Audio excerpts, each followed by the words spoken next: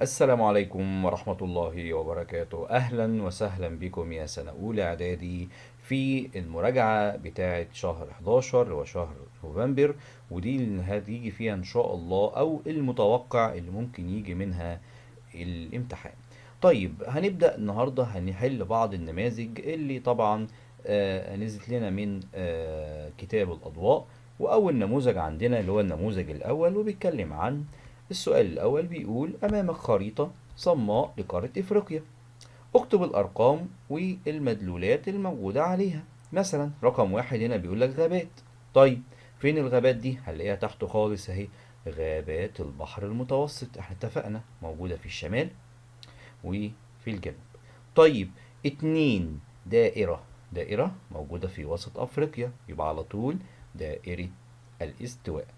طيب تلاتة، جزيرة. جزيرة طبعا هي من أكبر الجزر الموجودة في إفريقيا، هي جزيرة مدغشقر. أربعة، نظام حشائش. نظام حشائش طبعا ما دام موجود في المنطقة دي يبقى دي حشائش السافانا اللي احنا قلنا عليها حديقة حيوان طبيعي. طيب نيجي للسؤال بما تفسر.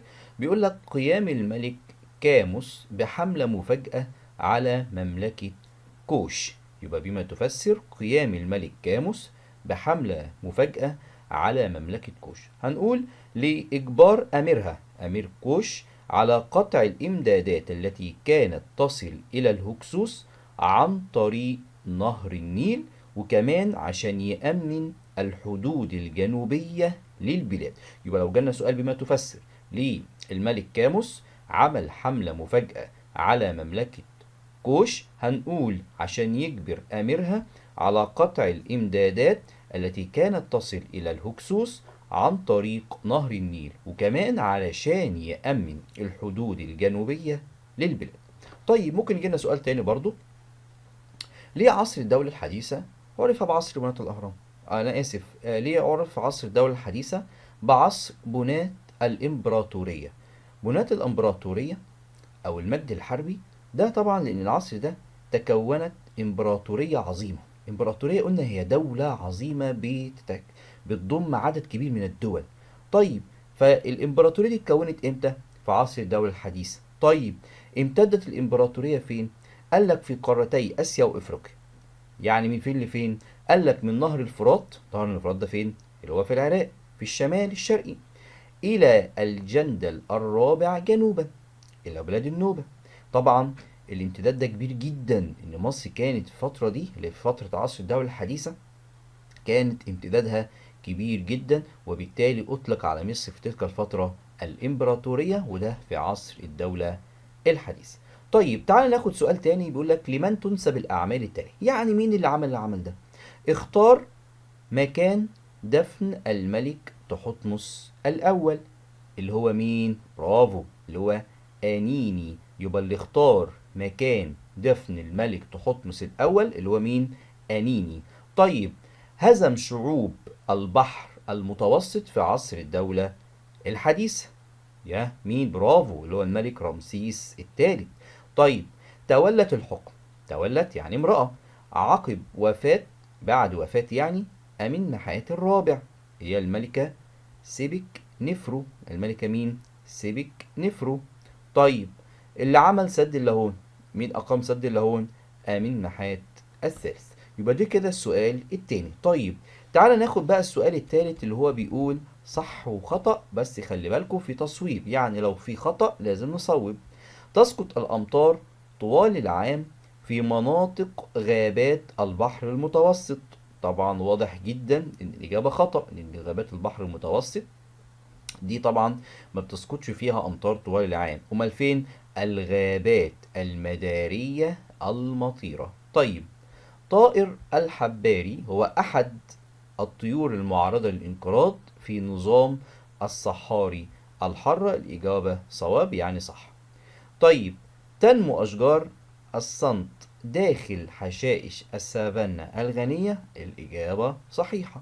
طيب تعالى بقى السؤال ده اللي هو ما العلاقة، واللي دايما الطلبة بتخاف منه رغم ان هو سؤال سهل جدا. بيقول لك ايه العلاقة بين نظام الصحاري الحارة والطاقة الشمسية بقارة إفريقيا؟ ما هو خلي بالكم يا أولاد إن الطاقة الشمسية عشان تتولد أو عشان نولد منها الكهرباء بنحتاج أماكن في الصحراء عشان نقدر يعني تمتص أو نسحب أكبر كم كبير جدا من الشمس. عشان كده السؤال ده يقول إيه بقى في الإجابة بتاعته؟ يعد النظام الصحاري الحار في إفريقيا بيئة مثالية لتوليد الطاقة الشمسية. وكأننا بنقول إن الطاقة الشمسية عشان نستفيد منها أكتر محتاجة الجو الصحاري الحر. طيب تعالى نبدأ في النموذج رقم 2 وهنبدأ بأول سؤال هو اختر الإجابة الصحيحة مما بين الأقواس. السؤال بيقول لك إيه؟ بيقول لك بدأت الدولة الوسطى في الضعف بعد وفاة الملك. هل هو أمين نحات الثالث ولا أمين نحات الرابع ولا سيبك نفرو ولا سنوسرت الثالث؟ طبعا الإجابة أمين نحات الثالث. 2. أرسلت الملكة مين بعثات تجارية إلى بلاد بونت؟ هل هي حتشبسوت ولا كيلوباترا ولا نيفرتاري ولا نيفرتيتي؟ طبعا الإجابة واضحة جدا اللي هي الملكة حتشبسوت. رقم 3. توجد الغابات المدارية المطيرة بساحل إيه غرب القارة؟ طبعا ساحل غانا ولا موريتانيا ولا مالي ولا الصومال؟ طبعا الإجابة الصحيحة غانا. 4. تعتدل درجات الحرارة صيفا، يعني درجة الحرارة في الصيف بتبقى معتدلة بحشائش السافانا الاستيبس التندرا الصحاري؟ طبعا الإجابة الصحيحة الاستيبس. 5. تتنوع الطيور التي تعيش بحشائش الاستبس زي صقر الجديان ولا الحبار الإفريقي ولا طائر النورس وأبو قردان؟ طبعا الإجابة الصحيحة صقر الجديان. ننتقل إلى السؤال الثاني اللي هو الخريطة برضو لقارة إفريقيا. واضح جدا إن أول سؤال عندنا الصحراء الكبرى. طيب 2. إقليم. كنا طبعا لسه متكلمين ان اقليم رقم 2 اللي هو اللي تحت ده اللي هو اقليم الفلد. نخلي بالنا جدا من مواقع الخريطة يا ولاد. 3. الغابات طبعا ما دام موجودة عند دائرة الاستواء يبقى دي الغابات المدارية المطيرة. طيب 4. حشائش اللي موجودة في الموقع ده او في المكان ده اللي هي حشائش السافانا. طيب لسه كنا من شويه بنتكلم على الامبراطوريه، اجت لنا اهو سؤال ايه هو المقصود بالامبراطوريه؟ هي دوله كبيره بتسيطر على مناطق وشعوب مختلفه. يبقى هي دوله كبيره بتسيطر على مناطق وشعوب مختلفه. طيب تحت مين؟ تحت قياده مركزيه قويه. طبعا بتتشكل عبر الفتوحات أو التحالفات وبتضم ثقافات متعددة. فتعريف الإمبراطورية يا ولاد مهم جدا وممكن يجي لنا في الامتحان. تعال ناخد السؤال الثالث اللي هو صوب ما تحته خط، يعني الكلمة اللي تحتها خط فيها خطأ عايزين نصوب. أسس الفرس الأسرة ال25 في مصر وظل احتلالهم قرابة قرن من الزمن. طبعا دول المقصود منهم مش الفرس اللي هم مين؟ الكوشيون. طيب رقم 2. اتخذ الهكسوس مدينة طيبة عاصمة لهم. طبعا طيبة غلط، الإجابة الصحيحة مدينة أواريس. 3. تتسم التربة الغنية بأكاسيد الحديد في نظام الغابات المدارية، هل باللون الأخضر؟ لا طبعا احنا قلنا أكاسيد الحديد باللون الأحمر. طيب تعالى للأسئلة المقالية زي سؤال ما النتائج المترتبة على زيادة حدة موجات الجفاف في نظام الصحاري الحارة في إفريقيا؟ ده هيؤدي إلى إيه؟ مادام موجة الجفاف في نظام الصحاري طبعا ده هيترتب عليه ندرة النبات الطبيعي وانعدامه، وبالتالي مادام مفيش نباتات هتقل كمية الغذاء التي تحتاجها الكائنات الحية في هذا النظام. يبقى موجة الجفاف هتؤدي إلى قلة النباتات الطبيعية. معركة قادش طبعا اللي كانت ما بين الحثيين والملك رمسيس الثاني كانت نتائجها انه انتصر فيها الجيش المصري بقيادة الملك رمسيس الثاني على الحيثيين، وعقد معهم أول معاهدة سلام في التاريخ. تعال بقى نبدأ في النموذج الثالث. هنا بيدينا بقى الموضوع هنا في الخريطة عكسي شوية، يعني هو بيديك أرقام وبيقول لك شوف كل رقم ايه اللي يناسبه. يعني مثلا بيقول لك يمثل الرقم ايه منطقة الكاب. تعال نبص كده على الخريطة، هنلاقي تحت خالص منطقة الكاب اللي هي رقم كام؟ 4. برافو عليكم. طيب رقم 2 يمثل الرقم ايه صحراء كالهاري. تعال نبص كده مع بعض، هنلاقي ان الرقم 3 هي المناسبة مع صحراء كالهاري. برافو عليكم. طيب 3 يمثل الرقم ايه الغابات المدارية المطيرة. واضحة جدا طبعا اللي احنا حلينا فوق اللي هي رقم 1. طيب ايه اللي بيمثل حشائش الاستبس؟ طبعا مفيش الا رقم 2 عشان موجودة عند ساحل البحر المتوسط. طيب تعالى سؤال دلل يعني اثبت صحة العبارة، دلل على صحة العبارة.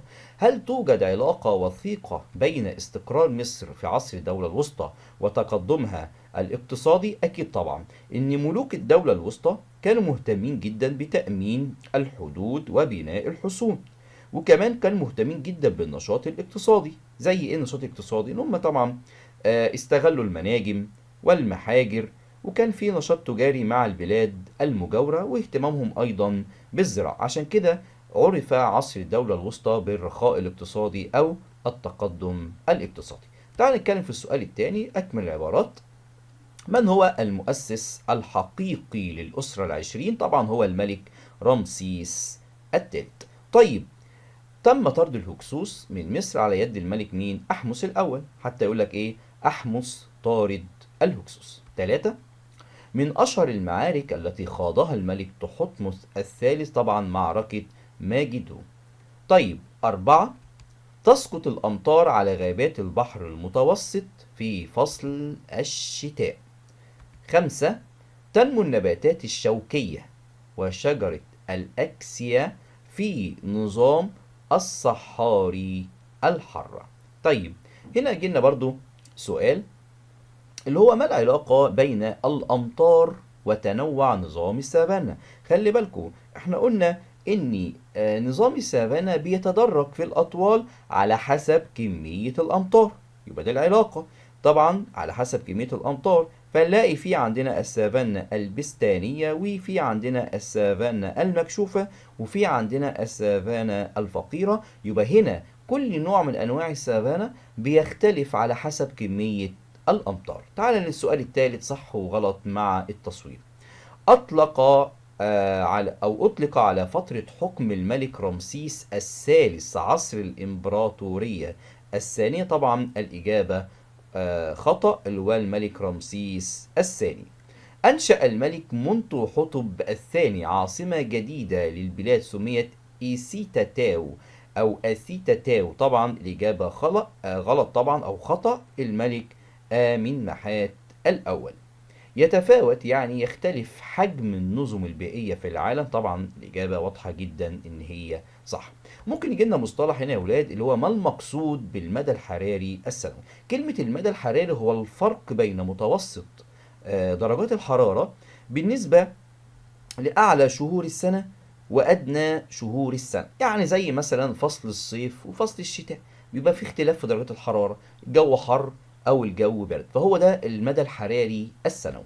طيب تعال نخش على النموذج الرابع عندنا، ونخلي بالنا جدا من الأقاليم. برضو جايب لنا الخريطة وبيقول لك 1 ده إقليم تحت إيه؟ ده إقليم طبعا الفيلد، وده اللي جالنا في الخريطة اللي قبل كده. 2 صحراء طبعا كالهاري.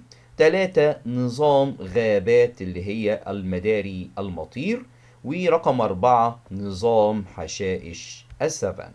طيب يجي لنا سؤال بقى، من هم الهكسوس؟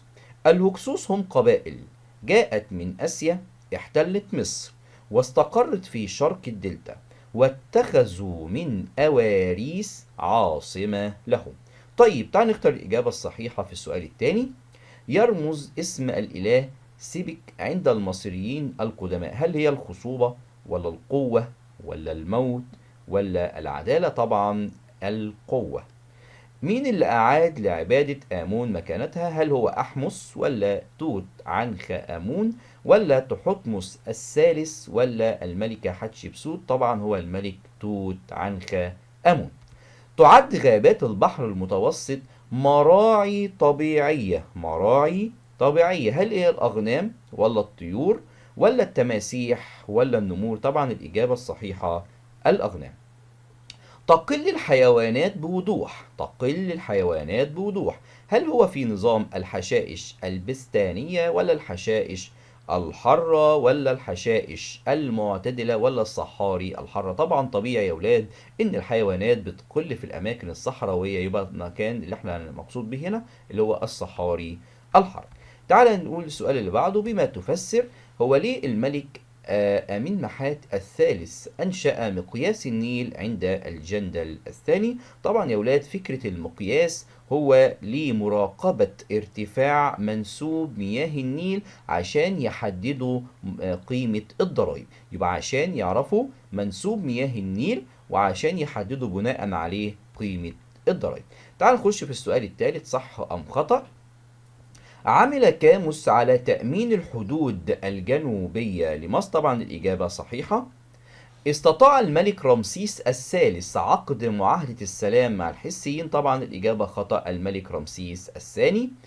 3. تتميز الغابات المدارية المطيرة بأنها غابات قليلة الأشجار. طبعا الإجابة خطأ، هي كثيفة الأشجار. تعتمد حشائش السافانا على سقوط الأمطار الشتوية. طبعا الإجابة خطأ، الأمطار الصيفية. ب.